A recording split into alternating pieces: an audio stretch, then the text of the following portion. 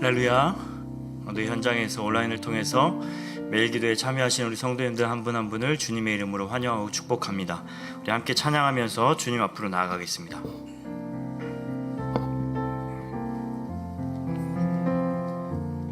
주 안에 있는 나에게 딴 근심 있으랴.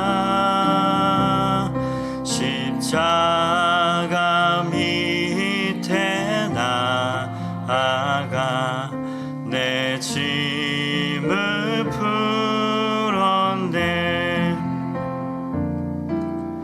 주님을 찬송하면서 할렐루야 할렐루야. 내 앞길 멀고 험해도 나 주님만 따라가리. 내 주는 자비하셔서 늘 함께 계시고 내 궁핍함을 아시고 늘 채워주시네.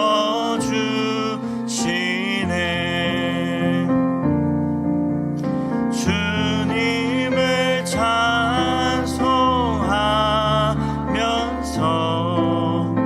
할렐루야 할렐루야. 내 앞길 멀고 험해도 나 주님만 따라가리. 내 주와 맺은 언약은 영불변하시니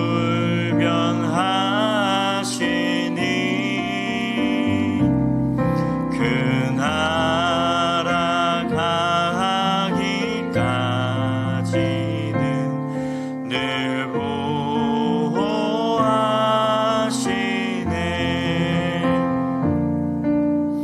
주님을 찬송하면서 할렐루야 할렐루야. 내 앞길 멀고 험해도 나 주님만 따라가리. 아멘. 시간 주님 앞에 올려드릴 여러 가지 기도의 제목들이 있습니다. 먼저 교회 공동체를 위해서 기도할 때에 열린문의 각 부서와 또 사역원을 위해 기도합니다. 우리 모두가 한마음 되어서 주님의 몸된 교회를 잘 섬길 수 있도록, 특별히 이 성도님들을 모든 질병의 위협으로부터 보호해 주시도록 기도해 주시기 바랍니다. 이어서 여러 나라를 위해서 기도할 때에 한국과 미국의 대통령과 또 부통령을 위해서 기도합니다. 하나님을 경외하며 또 하나님이 주시는 그 지혜를 가지고 정의로운 나라를 이루어갈 수 있도록 여러분 기도해 주시기 바랍니다. 마지막으로 하나님 나라를 위해서 기도할 때에 오늘은 무슬림을 위한 기도 21번째 날인데요. 파키스탄의 무슬림을 위해서 함께 기도합니다. 하나님의 사람들이 복음을 증거할 때 담대히 그리고 그들의 안전을 지켜주시도록, 또 하루속히 성경 번역이 완성되도록, 그리고 미전도 지역의 개발을 촉진할 수 있는 그런 지도자들이 잘 세워질 수 있도록 이 시간 간절한 마음을 담아서 우리 함께 기도하며 나아가겠습니다. 함께 기도합니다. 하나님 감사합니다. 이 시간 우리 교회 교회를 하나님께 올려드립니다. 여러분의 많은 사역원들이 있습니다. 하나님께서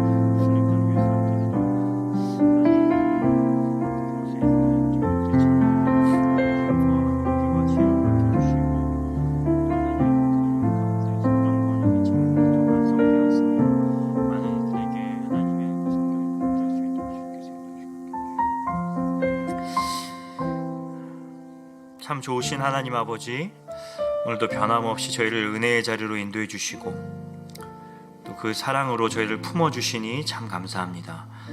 이 시간 그 사랑과 은혜를 힘입어 주님 앞에 나아가 또 여러 가지 기도의 제목들을 올려드리오니 주님 들으시고 응답해 주시길 원합니다. 먼저 우리 열린문의 각 부서와 사역원이 한마음 한뜻으로 주를 섬기게 해주시고 또 우리 성도님들을 눈동자와 같이 지켜주시기를 기도합니다. 또 나라를 이끌어가는 한국과 또 미국의 대통령과 부통령을 붙들어 주셔서 하나님을 경외하고 또 주님 주신 지혜를 가지고 정의로운 나라를 잘 세워갈 수 있도록 귀하게 사용해 주시기를 원합니다. 파키스탄의 무슬림들을 불쌍히 여겨주셔서 그들에게 복음이 심겨질 때 겸손히 반응할 수 있도록 도와주시고 그들에게 복음 전하는 자들에게 지혜와 담대한 믿음 허락해 주시기를 간절히 소원합니다. 이 시간 말씀의 자리로 나아갑니다. 겸손히 또 말씀을 받게 해주시고 그 말씀 앞에 순종하며 결단할 수 있도록 성령 하나님이 인도해 주실 것을 믿사오며 예수 그리스도의 이름으로 간절히 기도드립니다. 아멘. 네, 오늘 하나님께서 저희들에게 주시는 말씀은 민수기 11장 16절에서부터 35절까지의 말씀인데요. 16절에서부터 23절까지의 말씀만 함께 교독하시겠습니다. 16절에서부터 23절까지의 말씀, 제가 가지고 있는 구약성경 214페이지에 있습니다. 민수기 11장 16절에서부터 23절까지의 말씀 다 찾으신 줄 알고 제가 먼저 16절 말씀 먼저 봉독해 올리겠습니다. 여호와께서 모세에게 이르시되 이스라엘 노인 중에 내가 알기로 백성의 장로와 지도자가 될 만한 자 70명을 모아 내게로 데리고 와 회막에 이르러 거기서 너와 함께 서게 하라. 내가 강림하여 거기서 너와 말하고 내게 임한 영을 그들에게도 임하게 하리니 그들이 너와 함께 백성의 짐을 담당하고 너 혼자 당하지 아니하리라. 또 백성에게 이르기를 너희의 몸을 거룩히 하여 내일 고기 먹기를 기다리라. 너희가 울며 이르기를 누가 우리에게 고기를 주어 먹게 하랴? 애굽에 있을 때가 우리에게 좋았다 하는 말이 여호와께 들렸으므로 여호와께서 너희에게 고기를 주어 먹게 하실 것이라. 하루나 이틀이나 닷새나 열흘이나 20날만 먹을 뿐 아니라 냄새도 싫어하기까지 한 달 동안 먹게 하시리니 이는 너희가 너희 중에 계시는 여호와를 멸시하고 그 앞에서 울며 이르기를 우리가 어찌하여 애굽에서 나왔던가 함이라 하라. 모세가 이르되 나와 함께 있는 이 백성의 보행자가 60만 명이온데 주의 말씀이 한 달 동안 고기를 주어 먹게 하겠다 하시오니 그들을 위하여 양떼와 소떼를 잡은들 조카오며 바다의 모든 고기를 모은들 조카오리이까. 여호와께서 모세에게 이르시되 여호와의 손이 짧으냐 내가 이제 내 말이 내게 응하는 여부를 보리라. 아멘. 네, 지난주 저희가 고난주간과 또 부활주의를 보냈는데요. 귀한 시간 보내신 줄 믿습니다. 여러분에게 주신 그 은혜를 잘 간직하시고 또 예수님의 그 십자가와 부활의 능력이 여러분들의 삶 가운데 풍성하게 나타나기를 간절히 소원합니다. 네, 사실 어제 이 팟캐스트 말씀을 시작으로 저희가 다시 이 구약의 민수기로 넘어오게 되었습니다. 사실 이 지난 1월에 민수기 1장에서부터 10장까지를 살펴보았고요. 이제 또 4월에서 또 5월에 걸쳐서 나머지 11장에서부터 36장까지의 말씀을 살펴보게 됩니다. 근데 오늘 또 이제 민수기를 시작하는 시간인 만큼 간략하게 개요를 말씀해 드리면서 오늘 본문을 함께 살펴보기를 원합니다. 민수기는 크게 세 부분으로 나눌 수 있습니다. 먼저 이 첫 번째 단락은 1장에서부터 10장 10절까지 1차 인구조사와 또 시내산에서의 떠날 준비에 대한 내용입니다. 출애굽 이후 이 3개월이 지난 시점에서 시내산에 도착하죠. 그리고 거기서 약 한 1년 2개월 정도 머물면서 하나님과 언약을 맺고 또 율법을 받게 되죠. 그리고 이제 민수기에 와서는 시내산에서 떠날 그 시점이 된 것입니다. 그래서 떠나기 전에 마지막으로 준비해야 할 것이 무엇인지를 점검하는 내용이죠. 그리고 두 번째 단락은 10장 11절에서부터 25장까지의 내용인데요. 이제 광야로의 출발과 또 불신앙으로 인한 실패에 관한 내용입니다. 시내산에서 본격적인 이 광야의 여정을 시작한 이스라엘은 하나님의 그 보호하심을 신뢰하면서 그분의 인도를 따라갔어야 됐죠. 하지만 불신과 불평 또 불순종으로 인해서 번번이 어려움을 겪게 되는 내용입니다. 그리고 마지막 이제 세 번째 단락은 26장에서 36장까지 2차 인구조사와 또 율법 규정들에 관한 내용입니다. 비록 이 출애굽 1세대는 그렇게 불평함으로 실패의 길을 걸어가게 됐지만 하나님께서는 이 약속의 땅에 들어갈 다음 세대를 준비하시죠. 그래서 다시 한번 인구조사를 시행하게 하시고 그들이 정말 하나님의 뜻에 합당한 자로 준비될 수 있도록 무장하도록 여러 가지 율법 규정들을 통해서 그들을 거룩하게 준비시키는 그런 내용입니다. 이런 구조 속에서 이제 오늘은 이제 두 번째 단락에 속하는 그런 내용인데요. 시내산에서 이제 출발한 지 얼마 안 되었을 때 백성들이 하나님 앞에서 불평을 쏟아놓습니다. 그런데 이것이 그냥 단순한 그런 불평이 아니라 과거 하나님께서 행하신 그 일들을 다 물거품으로 만드는, 하나님을 멸시하는 그런 불평이었죠. 또 하나님의 그 전능하신 그 능력을 의심하는 그 불신이 담긴 불평이었습니다. 또 하나님 자신을 사모하고 바라는 것이 아니라 바로 자기들 앞에 놓여진 그 이득만을 우선적으로 취하려고 하는 바로 그 탐욕이 기반된 불평이었다라는 것이죠. 여러분, 이런 상황이 되니 하나님 입장에서 얼마나 마음이 아프셨을까요? 저희 같았으면 또 당장이라도 화를 내고 또 진노했을 텐데 하나님은 그런 속에서도 그런 대우를 받으시면서도 백성들에게 은혜를 베풀어 주신다라는 것이죠. 하나님께서로 다시 돌아올 수 있도록 그들에게 기회를 허락해 주십니다. 아무쪼록 오늘 말씀을 통해서 과연 하나님은 이러한 백성들의 불평을 어떻게 다루시는지를 깨닫고 또 그런 하나님 앞에서 우리가 결단해야 할 우리의 삶의 태도가 무엇인지를 우리 함께 발견하는 시간 되기를 간절히 소원합니다. 첫째, 불평을 다루시는 하나님, 그리고 그 앞에서 우리가 기억해야 할 진리의 내용은 도우시는 하나님을 신뢰해야 한다라는 것입니다.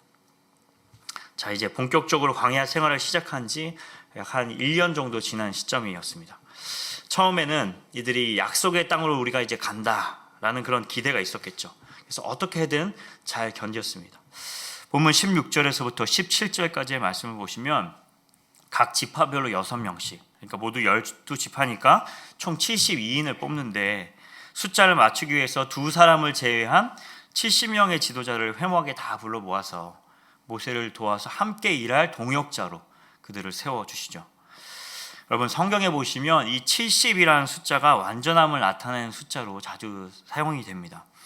창세기 10장에 보시면 노아의 자손들, 그 족속들이 이 세 개의 민족을 형성해 나가는 그런 장면이 나오는데 그 숫자가 바로 70입니다. 또 야곱의 가족들이 애굽에 내려가서 이렇게 새로운 삶을 시작할 때 또 역시나 70명이었죠. 그리고 신약에 넘어와서 예수님이 이 무리로부터 이 제자들을 따로 선별하여서 그들을 파송하실 때에도 그 숫자도 역시 70인이었다라는 것이죠. 이러한 숫자의 상징적인 그 의미를 볼 때 지금 이 70명은 하나님께 특별히 택함 받은 사람들이었고 또 모세에게 있어서는 가장 적절한 조력자였다라는 것이죠. 그래서 여러분 17절 말씀을 보시면 이러한 사실을 확증해 주십니다. 내가 강림하여 거기서 너와 말하고 내게 임한 영을 그들에게도 임하게 하리니 그들이 너와 함께 백성의 짐을 담당하고 너 혼자 담당하지 아니하리라. 그렇게 약속을 해주시죠. 그리고 정말 24절과 25절 말씀을 이렇게 쭉 보시면 정말 그 약속을 지키사 모세의 아주 든든한 동역자로 그들을 세워주시는 것을 저희가 볼 수 있습니다.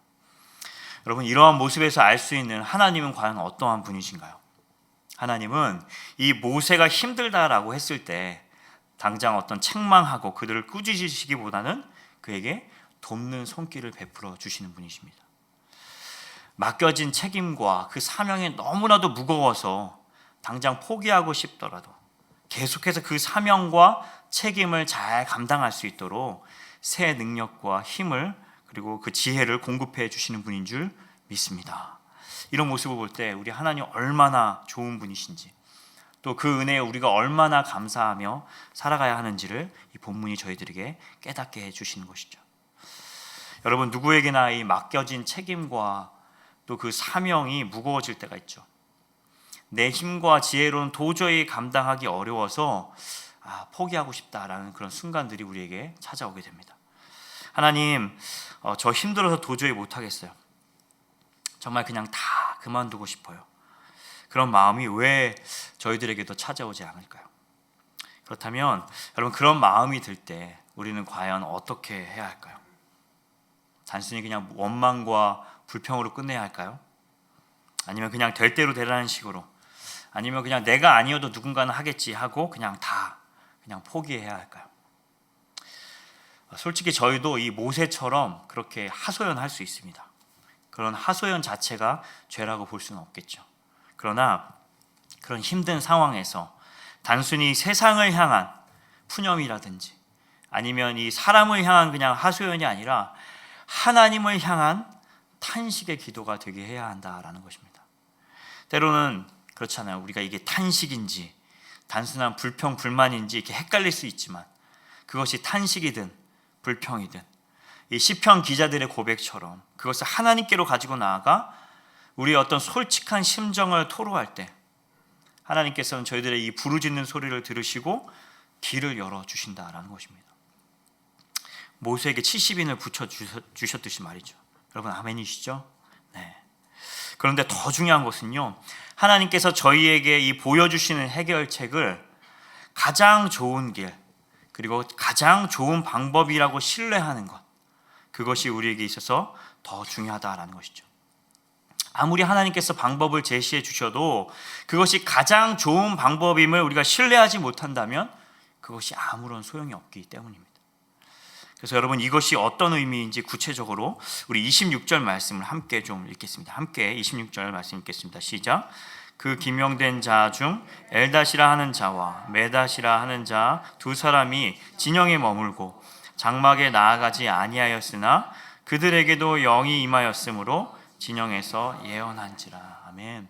아마도 이 아까 원래 뽑혔던 이 72인 중에 나머지 2명이 있었다라고 했죠. 그 2명이 아마 이 엘닷과 메닷이라는 사람인데, 이 두 사람이 다 같이 모여 있는, 모세와 함께 있었던 그 장막이 아니라 자기 처소에 머물렀던 것 같아요. 그런데 이들에게도 역시 동일하게 하나님의 영이 임했다라고 말하죠.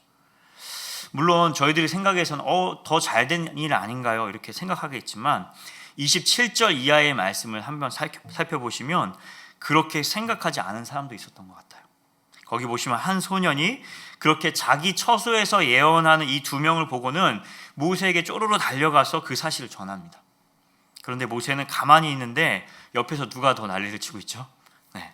28절 말씀 보시니까 여호수아가 펄쩍 뛰면서 모세를 향해서 그들의 예언 못하게 막아주십시오 라고 그렇게 강력하게 외치죠. 여러분, 왜 이 막으라고 했을까요? 29절 말씀해 보시면 그 답이 나오는데요, 모세가 그에게, 그러니까 여호수아에게 이르되 내가 나를 두고 시기하느냐. 다시 말해서 지금 모세 입장에서 내가 그 말을 들으면, 그 예언했다라고 하는 그 말을 들으면 분명 질투할 것 같으니까 여호수아, 네가 지금 나를 대신해서 질투하고 있는 거 아니냐라는 이런 말입니다. 솔직히 지금 이 여호수아는 너무나도 불편한 겁니다. 왜냐하면 이 모세를 통해서 하나님의 영이 임해야 이 모세의 전체적인 질서가 바로 서고 그 또 모세의 권위가 바로 서는데, 그것이 아니라 이 자기들의 처소에서 독자적으로 하나님의 영을 받았다라고 하니까 그 사실이 이 모세의 어떤 권위와 지도력에 흠집이 날 수 있다라고 생각했던 것 같아요. 솔직히 모세를 위해서 모세의 권위와 지도력을 세워주기 위한 조치였습니다. 그러면 이 모세 입장에서 너무나도 고마워해야 하고 그 뜻을 받아들여주는 게 맞겠죠. 그런데 이런 여호수아에게 대해서 모세는 어떻게 반응할까요? 우리 29절 말씀 한 목소리로 합독하겠습니다. 29절 말씀입니다. 여호와께서 그의 영을 그의 모든 백성에게 주사 다 선지자가 되게 하시기를 원하노라. 아멘. 이게 무슨 뜻일까요? 물론 여호수아, 너의 마음은 충분히 이해하나 지금 내 권위, 내 지도력, 그리고 내 자존심이 세워지는 게 중요한 게 아니다라는 거예요. 모세에게 있어서 중요한 것은 바로 하나님의 뜻과 하나님의 방법이라는 것입니다. 다시 말해서 하나님께서 그 사람에게 역사해 주셔서 그에게 은혜를 베풀어 주시고 그리고 성령을 부어 주셨다라는 것이 중요하지, 나의 권위라든지 나의 지도력이 중요한 게 아니다라는 것이죠. 그러니 하나님께서 일하시도록, 그에게 역사하시도록 기도하자. 우리는 그저 하나님의 능력을, 하나님의 그 일하심을 신뢰하며 따라가는 사람들이다 라고 얘기해 준 것입니다. 모세는 불평하는 자기에게 다가오셨던 하나님, 그 하나님의 은혜를 경험하자 아주 중요한 사실을 깨닫게 된 것입니다. 여러분, 어떤 사실이었을까요? 사실 이 수많은 백성들을 내 힘만으로는, 그리고 내게 주어진 권위만으로는 절대로 이 많은 백성들을 이끌어갈 수가 없다. 오직 하나님만이 이들을 이끌어 가실 수 있다라는 사실이었습니다. 또한 나 혼자서만 고민한다고 해결되는 것이 아니라 하나님께서 보내주신 이 하나님의 사람들, 반드시 동역자들과 함께 일해야 한다라는 사실을 이 모세가 깨달았다라는 것이죠. 여러분, 오늘 이 같은 사실을 우리가 기억하면서 우리가 이 세상을 살아갈 때에 저희들의 힘과 지혜만을 믿고 살아가려 했던 태도를 우리 다 내려놓았으면 좋겠습니다. 여러분, 우리의 삶은 오직 하나님의 손에 달려있는 줄 믿습니다. 하나님께서 인도해 주셔야만 우리의 삶이 바로 설 수 있다라는 것이죠. 그리고 힘들 때마다 이렇게 돕는 손길을 베풀어 주시는 하나님, 그리고 그 도움의 손길이 정말 우리에게 있어서 가장 좋은 길, 가장 좋은 방법임을 여러분 신뢰하면 좋겠습니다. 우리도 이 모세처럼 우리에게 주어진 어떤 그런 사명과 그 책임을 감당할 때에 너무나 힘들고 지칠 수 있죠. 그럴 때 그만두고 싶다는 생각도 하게 되고, 왜 내가 이런 일들을 다 감당해야 되는지 우리의 입술로 불평할 때도 있다라는 것이죠. 저희들이 연약하기에 그런 마음이 수도 없이 생길 수 있습니다. 하지만 그런 순간에 정말 나 혼자 그냥 끙끙 앓아버리고 끝내는 것이 아니라 하나님께 그 모든 문제를 가지고 나아갈 수 있기를 원합니다. 때로는 아까도 말씀드렸지만 이것이 기도인지 아니면 불평인지조차 분간이 되지 않다 할지라도 하나님께 나아가서 그 모든 일들을 다 쏟아놓으면 좋겠습니다. 그럴 때 하나님께서 여러분들에게 가장 좋은, 가장 적절한 방법으로 여러분을 도와주실 것입니다. 때로는 직접적으로, 아니면 오늘 말씀처럼 이렇게 여러분 주위의 사람들을 붙여주셔서 여러분들을 도와주실 것입니다. 하나님께서 그렇게 여러분들에게 도움의 손길을 내미실 때 때로는 그것이 나에게 오히려 불편한 일이 될 수 있거든요. 왜냐하면 분명 나를 도와주신다라고 했는데 오히려 지금 이렇게 돌아가는 상황을 보면 더 손이 많이 가고 더 시간이 많이 걸리고, 때로는 나 혼자가 아니라 누군가와 함께함으로 인해서 나의 자존심이나 권위에 손상이 가는 일이 생길 수 있기 때문입니다. 하지만 반드시 그 끝에는 우리에게 유익이 되게 해주시는 줄 믿습니다. 왜냐하면 그런 과정들을 통해서 나를 신뢰하는 모습들은 점차 사라지고 오직 하나님만을 온전히 신뢰할 수 있도록 우리를 도와주시기 때문인 줄 믿습니다. 아무쪼록 항상 좋은 길로 인도해 주시며 우리를 도우시는 하나님을 신뢰함으로 날마다 승리하는 삶을 살아가는 저와 우리 성도님들 되시기를 주님의 이름으로 간절히 축원합니다. 마지막 둘째, 이 불평을 다루시는 하나님, 그 앞에서 우리가 기억해야 할 진리의 내용은 이 필요를 공급해 주시는 그 하나님을 우리가 신뢰해야 한다라는 것입니다. 지금 이 두 번째 단락에서는 이 백성들의 불평과 불신을 집중적으로 살펴보려고 하는데요. 사실 앞에도 살펴보았지만 불평한 것은 모세도 마찬가지였지만 이들의 결말은 극명하게 갈려진다라는 것이죠. 모세에게는 신앙의 회복이 일어나지만 백성들은 심판으로 끝을 맺게 됩니다. 여러분, 그렇다면 과연 무엇이 이러한 차이를 낳게 했을까요? 하나님을 대하는 태도가 달랐다라는 것이죠. 모세는 하나님께 겸손히 반응했다라고 한다면 백성들은 끝까지 교만과 탐욕의 태도를 유지했기 때문에 그들은 심판을 피할 수 없었다라는 것이죠. 먼저 11장 1절 말씀 보시면 그들이 악한 말로 원망했다, 불평했다라고 말하죠. 그래서 불을 통해서 이미 한 차례 그들이 경고를 받게 됩니다. 그런데 4절을 보시면 그들과 함께 섞여 사는 다른 인종들이 탐욕을 품자 어떻게 해요? 덩달아 들고 일어나서 그들도 역시 불평하기 시작합니다. 여러분, 그 불평의 핵심이 무엇이었을까요? 애굽에 살았을 때가 더 좋았다는 것입니다. 나 다시 돌아갈래 였습니다. 왜 다시 돌아가고 싶어 했나요? 다름 아닌 먹을 것 때문이었습니다. 여러분, 먹을 것 중요하긴 하죠. 그런데 이들이 다시 돌아가려고 했던 그 이유가 바로 먹을 것 때문이었다는 것이죠.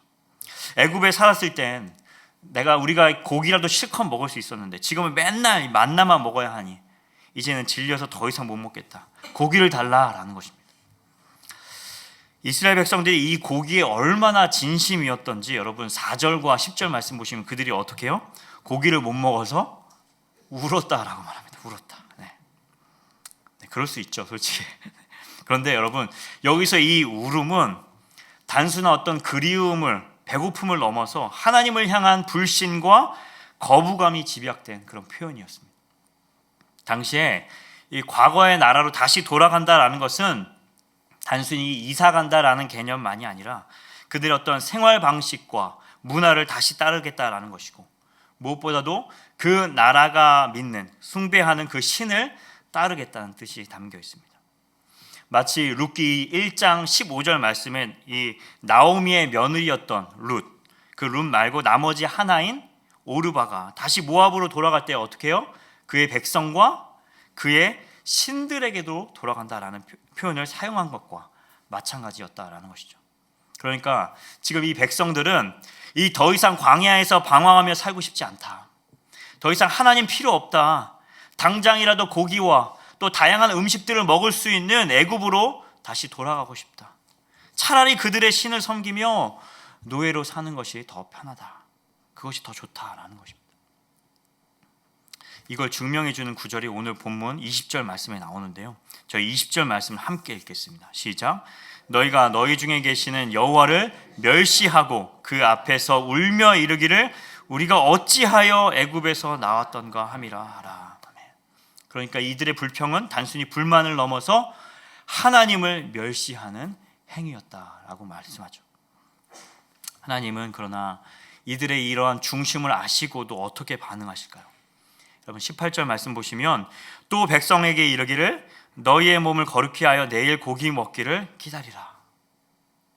이 불평하는 모세에게 이 70인을 세워주셨던 것처럼 이 불평하는 백성들에게도 메추라기라는 하나님의 풍성한 은혜를 제공해 주시겠다라는 말씀입니다. 자, 그런데 이 19절과 20절 말씀을 보시면 이것이 은혜가 아니라 이 불평에 대한 하나님의 심판으로 생각할 수 있다라는 것이죠. 물론 심판의 방편이기도 하지만 이 심판 속에 분명 하나님의 중요한 그 은혜가 담겨 있다라는 것이죠. 여러분 어떻게 할 수 있을까요? 다시 이 18절로 돌아가서 하나님께서 뭐라고 말씀하셨는지 우리 함께 보겠습니다. 또 백성에게 이르기를 너희의 몸을 거룩히 하여. 여러분 무슨 뜻일까요? 만약 이 안에 심판의 의미만 담겨 있다면 굳이 그들을 거룩히 할 필요가 있었을까요? 어차피 심판하실 거면서 굳이 왜 이 고기를 먹여주시느냐 이 말입니다. 또 20절 말씀 보시면 고기를 하루 이틀이 아니라 한 달 동안이나 먹게 해주신다라고 말합니다. 여러분 무슨 뜻일까요? 하나님의 놀라운 능력을 다시 그들에게 보여주시겠다라는 뜻입니다. 다시 말해서 그들이 이제까지 역사해 주시고 그들을 인도해 주신 하나님을 그들이 멸시하고 그들은 하나님을 거절했지만 이번 이 메추라기를 통해서 과거의 잘못을 철저하게 다시 회개하고 다시금 하나님께로 돌아오기를 바라는 그런 하나님의 마음이 이 말씀 안에 담겨 있다라는 것입니다. 여러분 실제로 이 31절 말씀 보시면 하나님께서 이 바람이라고 하는 이 자연 현상을 이용하셔서 이 메추라기를 다 몰아서 약 1m 지점에 다 이렇게 날아다니게 해주셨습니다. 자, 그렇다면 이러한 하나님의 공급하심과 은혜를 경험했을 때 어떻게 반응해야 했을까요, 여러분? 겸손히 이 과거 하나님께서 어떻게 그들을 인도해 주셨는지를 다시 돌아보고 하나님을 향하여서 품었던 그 불신했던 무시했던 그 잘못들을 철저히 회개하는 것이 마땅한 일이었다라는 것입니다. 우리가 믿고 따르는 하나님은 전능하신 하나님이십니다. 애굽의 모든 신들은 다 무너뜨리신 유일한 참신 하나님이십니다. 홍해를 가르시고 또 광야에서도 먹을 것과 입을 것을 공급해 주셨던 하나님이십니다. 그런 하나님을 우리가 믿지 못하고 단지 먹을 것 때문에 다시 애굽으로 돌아가려고 하는 그런 크나큰 범죄를 우리가 범했습니다. 하나님 용서해 주시옵소서. 그렇게 무릎 꿇고 회개하는 것이 바로 이스라엘 백성들의 마땅한 반응이어야 했다라는 것이죠. 하지만 그들은 지금 어떻게 반응하고 있죠? 32절 말씀 보시면 백성이 일어나 그날 종일 종야와 그 이튿날 종일토록 매출하기를 모으니 적게 모은 자도 10호멜이라. 그들이 자기들을 위하여 진영 사면에 펴두었더라. 여기서 이 10호멜을 이 오늘날의 어떤 부피 단위로 환산하면 2200리터, 약 581갤런이 됩니다. 이 사진에서 보시는 이 통이 보통 이제 5갤런이거든요. 그래서 가장 적게 모은 사람도 이런 통을 116개 쌓아놓을 크기만큼 모았다라는 것입니다. 그것도 32절 말씀 보시면 어떻게 해요? 종일 종야와 그 이튿날 종일토록, 그러니까 밤새도록 악착같이 모았다라는 것이죠. 지금 이들이 어떤 모습이죠, 여러분? 한 달간 꾸준히 먹게 하실 그 하나님을 신뢰하기보다는 뭐예요? 한 달 동안 먹을 분량을 어떻게든 더 많이 챙기려는 그런 모습 아닐까요, 여러분? 여러분, 이 구절을 읽으면서 어떤 모습이 떠오르시나요? 이런 표현을 써서 죄송하지만 저는 이 탐욕에 눈이 먼 걸신 들린 사람이 떠오르더라고요. 지금 이들의 모습 속에 겸손히 회개하는 모습이 여러분 보이시나요? 필요를 공급해 주신 하나님의 그 은혜에 감사하고 있는 모습이 여러분 보이시나요? 어떻게 해서든지 그 매출하게 한 마리 더 잡아보려고 밤을 새워가며 하늘을 휘젓고 다니는 그런 모습만 보이고 있었다라는 것입니다. 여러분, 이런 모습을 통해서 오늘날 저와 우리 성도님들에게 주시는 메시지가 과연 무엇일까요? 그 능력과 은혜를 직접 경험하고도 또 하나님의 살아계심을 알 수 있는 증거가 지금 바로 눈앞에 있음에도 정작 그 하나님에 대해서는 아무것도 보지 못하고 듣지 못하는 그런 영적 장애인들의 모습을 보라는 것입니다. 그런 탐욕의 삶이, 그리고 하나님의 공급하심을 신뢰하지 못하고 사는 것이 얼마나 어리석고 추한지를, 그들이 얼마나 허무하고도 무시무시한 결말을 맞이하게 되는지를 온몸으로 깨닫고 지금 당장 죄의 길에서 떠나 그 불신의 태도를 벗어나 다시금 하나님께로 돌아오라는 하나님의 메시지입니다. 여러분, 사실 이 백성들이 이렇게 하나님을 신뢰하지 못하고 불평했을 때 하나님께서 얼마나 답답하셨던지 그런 안타까운 마음으로 주신 말씀이 있습니다. 우리 23절 말씀 우리 함께 한 목소리로 읽겠습니다. 시작. 여호와께서 이르시되 여호와의 손이 짧으냐 내가 이제 내 말이 내게 응하는 여부를 보리라. 아멘. 오늘날 이 하나님의 공급하심과 하나님의 채워주심을 신뢰하지 못하고 이 욕심과 탐욕에 눈이 멀어서 그렇게 날마다 마음의 평안 없이 늘 무언가에 쫓기고 불안해하는 사람들이 있습니다. 교회에 나와 있어도 여전히 세상의 즐거움과 그 가치를 내가 다 누리지 못한다라는 그 아쉬움을 가지고 이 교회에 나와도 억지로 나오시는 분들이 계십니다. 또 예배를 드려도 온전히 이 하나님 한 분께만 집중하지 못하고 아직 세상에서 처리하지 못했던 그런 문제들이 막 이렇게 주변에 떠다니는 그런 저희들의 모습, 그리고 그런 주변에 있는 분들을 향해서 우리 주님께서 이 말씀에서 질문하시죠. 여호와의 손이 짧으냐? 여호와의 손이 짧으냐? 다시 말해서 내가 능히 하지 못할 일이 있느냐? 여러분, 그렇습니다. 우리 하나님은 오늘도 내일도 항상 우리의 필요를 공급해 주시는 전능하신 하나님이신 줄 믿습니다. 아무쪼록 여러분, 이 눈에 보이는 것, 또 그리고 손에 잡히는 것만을 따라 사는 것이 아니라 우리가 보이진 않지만 날마다 우리에게 가장 좋은 것으로 공급해 주시고 우리를 채워주시는 그 전능하신 하나님을 늘 신뢰하며 살아가기를 원합니다. 그럴 때에 우리의 이 슬픔과 한숨이 변하여서 기쁨으로, 또 우리의 불평이 변하여 감사와 찬양과 기도가 되게 해 주실 줄 믿습니다. 그렇게 날마다 풍성한 은혜를 누리며 하나님께 영광 돌리는 저희 모두가 될 수 있기를 주님의 이름으로 간절히 축원합니다. 기도하겠습니다.